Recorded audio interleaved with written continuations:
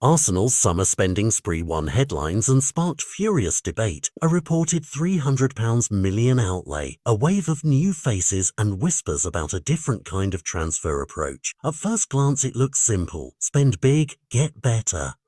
But the story underneath is a lot more interesting and a lot more risky.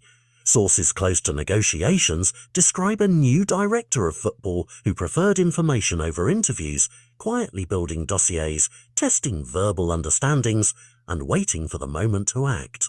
That calm, behind-the-scenes discipline meant Arsenal didn't have to shout during negotiations. Instead, they used timing and clarity of intent to force the market to react. Take the midfield capture that shocked rival suitors. This wasn't a last-minute panic buy after an injury, as some suggest, but the end of weeks of talks where terms had been quietly aligned and contingency plans were in place. Those who followed the market closely saw signals, agents whispering chairman calls, and an owner willing to bankroll a push. And that combination allowed Arsenal to swoop when the window cracked open.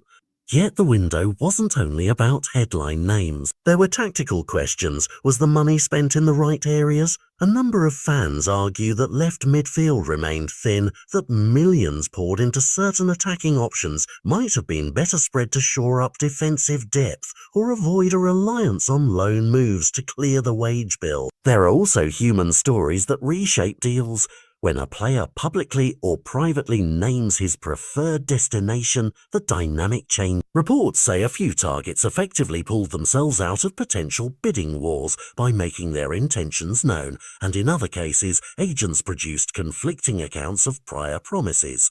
Verbal agreements that are nearly impossible to police, but can tilt a negotiation if leveraged correctly. Under Rennes, that's the chessboard where Arsenal apparently thrived this summer. Identifying a player's preference, calling rivals' bluffs and pushing for favourable terms because they believed patience would bend the market. But every strategy has costs. A big spend now raises questions about sustainability. Will the owners view this as a one-off statement of intent or the opening salvo in a repeated strategy? Some insiders worry about future recoupment. Transfer fees need to be balanced by player sales and wage control, or this window's headline numbers become a stain on the club's accounts rather than a foundation for success. On the pitch, the immediate verdict is mixed. New additions bring energy and options. They take pressure off creative hubs that were overburdened last season and offer different tactical looks for the manager. Yet football is not just about arrivals, it's about fit and continuity. A rushed profile or a player bought to solve one problem can expose another. Loans and piecemeal sales that seemed necessary to fund moves also risk leaving the squad threadbare in depth at key moments. So how to grade this window? If you look only at ambition and the ability to act when opportunity presented itself, it reads like a strong, decisive campaign, a clear statement that Arsenal intends to contend. If you weigh balance, long-term sustainability and squad harmony, the picture is less spotless. My takeaway is that this was bold and clever in places. A window shaped by negotiation skill and timing, but still not immune to the classic pitfalls of heavy spending.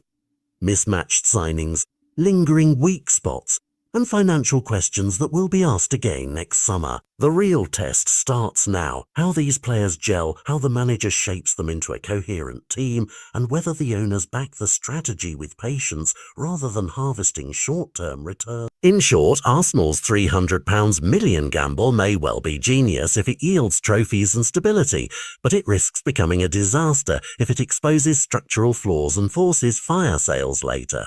Tell me what you think. Genius or disaster?